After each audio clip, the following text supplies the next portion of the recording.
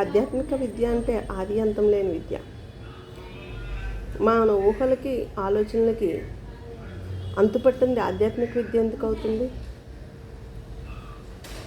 కానీ ఊహలు ఆలోచనలు జీవితంగా బతికితే దేహభావనే మిగులుతుంది. మనిషికి ఊపిరి ఉంటుంది, శ్వాస ఉంటుంది, వాయువు ఉంటుంది, ఆయువు పట్టు ఉంటుంది. ఆత్మకి శరీరం అనే భావంతో ఉంటే ఊపిరి ఉంటుంది. ఆ ఊపిరిలో ఎన్నో ఆలోచనలతో, ఎన్నో భయాలతో,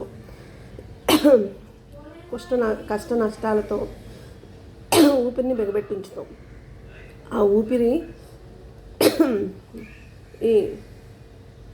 ఎన్నైతే బిగుసున్నాయో శ్వాసను గమనించలేం.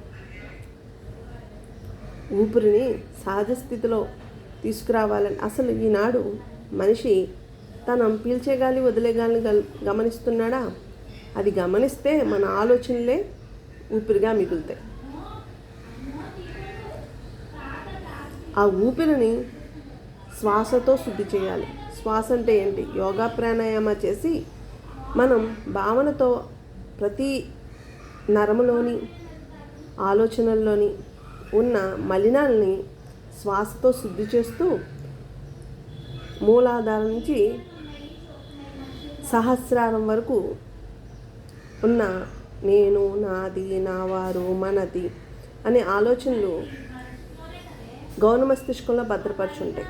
వాటినన్నిటినీ శ్వాసతో మనల్ని మనం గమనించుకుంటూ శుద్ధి చేసుకుంటూ రావాలి. అప్పుడే మన శరీరంలోని వాతపిత్త కఫాలను తొలగించుకున్న వారం అవుతాము. ఇది అని చెప్పడంతో నేను సాధనను వదిలేసి మీ అందరేంటి చుట్టూ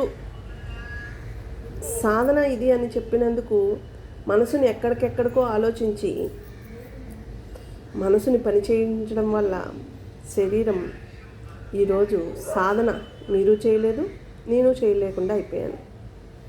స్వామి లాంటి వారు మన ముందుకు వచ్చి ఆలోచనలే ఒత్తిడిగా ఆయన శరీరాన్ని పట్టి పీడిస్తున్నాయి. చూసారా, మనం చెడేది కాకుండా యోగ్యత గల వారిని కూడా చెడగొట్టి చూస్తూ ఉంటాం. అందుకనే తన చెడ్డ వనమంతా చెడిచింది అని అంటారు. అలా ఉంది ఈనాడు. శ్వాసని గమనించుకుంటూ ఉంటే అప్పుడు వాయువు అనేది అవగాహన అవుతుంది. వాయువు అంటే ఏంటి?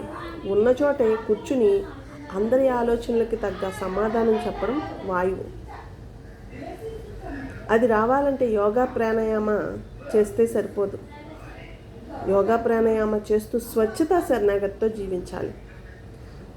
స్వచ్ఛతా శరణాగతితో జీవించినప్పుడు అప్పుడు చుట్టూ ఉన్న వారి ఆలోచనలకి అర్థమో అవగాహన కలిగినట్టు సమాధానం చెప్పగలుగుతాం.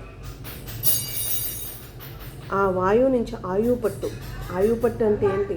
మన జన్మ కర్మలన్నీ కూడా మన యోగ మస్తిష్కంలో భద్రపరుచుంటాయి. వాటిని శుద్ధి చేసుకోవడం.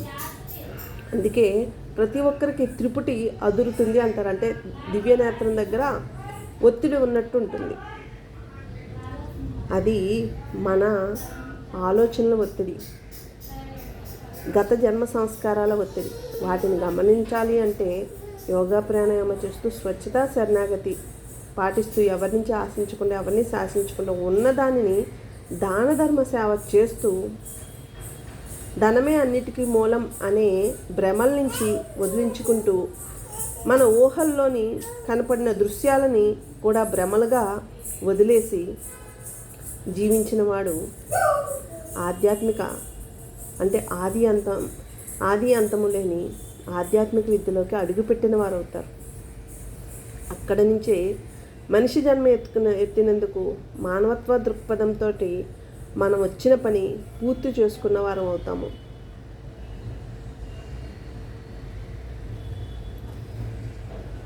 ఇది ఇంకా అర్థం అవ్వకపోతే ఇంకేమీ చేయలేము. అంటే మనం మనిషిగా లేము, మహాత్ముడుగానే జీవించలేము. రాక్షస స్వభావాలతో, ఆలోచనలతో, ఒత్తిళ్లతో నింపుకుని ఉన్నాం కాబట్టి ఎంత వివరణ చేసినా అర్థమో అవగాహన అవ్వదు. మనం ఏ స్థితిలో ఉన్నామో మనకు మనమే గుర్తించాలి.